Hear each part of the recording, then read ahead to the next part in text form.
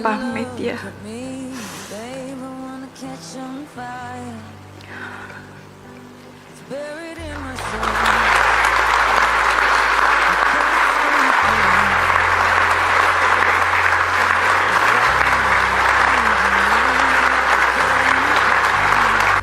Saya nggak bisa bicara.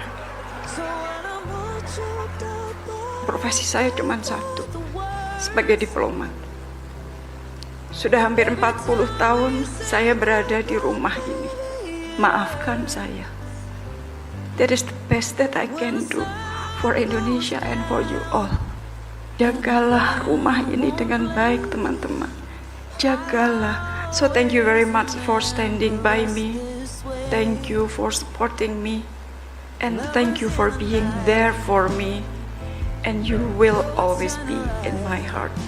Sekali lagi, aku pamit ya teman-teman.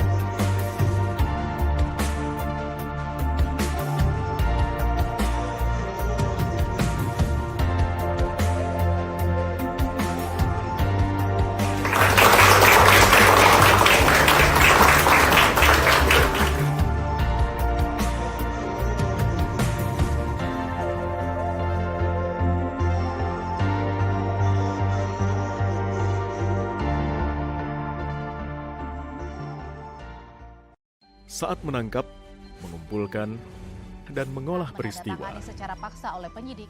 kami kerahkan upaya terbaik. Ketika menyampaikan berita serta informasi, kami tak sekadar menyapa. Ada referensi, aspirasi, juga inspirasi yang menjadi misi.